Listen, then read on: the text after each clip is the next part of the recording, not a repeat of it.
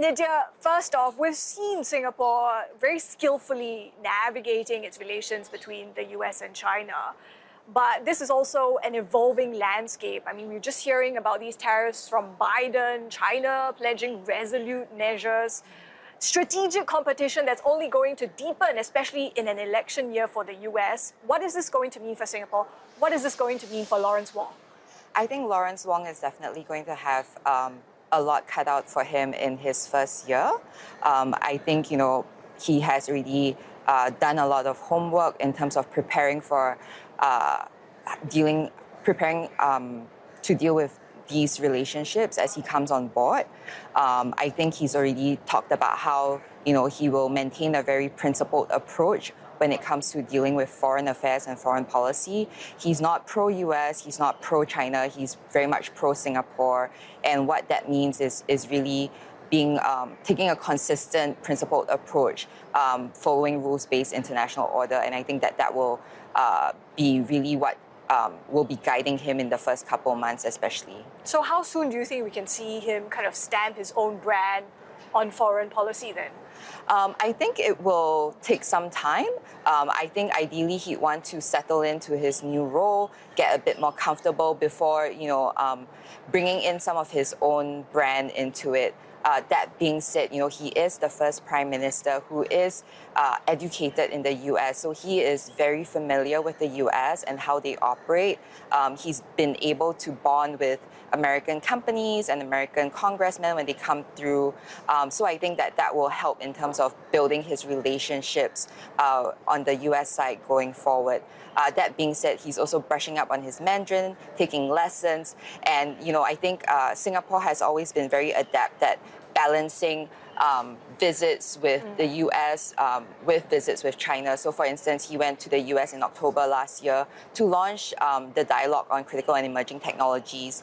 And then he subsequently followed that up with chairing the JCBC in China in December. Right. So I think we'll continue to see more of that, especially with stable hands, that given the minimal changes in cabinet as well. Right, I think his FaceTime is a key part of these bilateral relations. But the thing is, it's not just about the US and China. It's also about what we're seeing regionally, especially as Singapore continues punching above its weight. I mean, you think about how concert subsidies to bring Taylor Swift into town just ruffled feathers among neighbors. This all has to be handled delicately. Is this message of continuity going to cut it? I think the interesting thing is that with the region, you are also seeing a bunch of leadership transitions throughout. You see Indonesia having its own new leader coming in October, and the other leaders have only just barely entered the leaderships of their respective countries. So I think, as leaders, the region is just going to have to develop and find its own rhythm. And in this case, I think it's best not to stir the boat. So that would be where continuity would help in that sense, in terms of just being able to help provide, steady pair of hands and not do anything unsurprising that might take people, catch people off guard. Okay, to your point about how he's talking about it being pro-Singapore, not pro-America, pro-China, what exactly would that entail though? I think it's very much looking at what's in Singapore's best interest.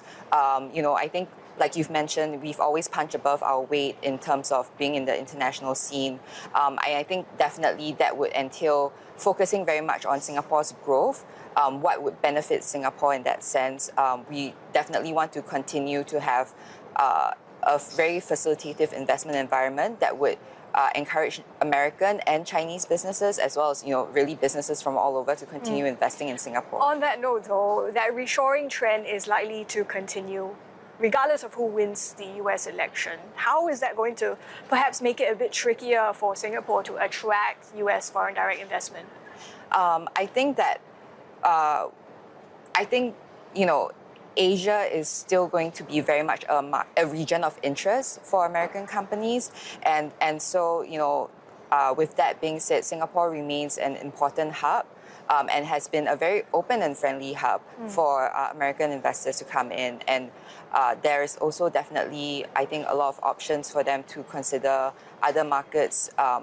But that doesn't necessarily rule Singapore out of the picture as well. Okay, what about its cultural ties with China? How do you think that's going to be balanced going forward?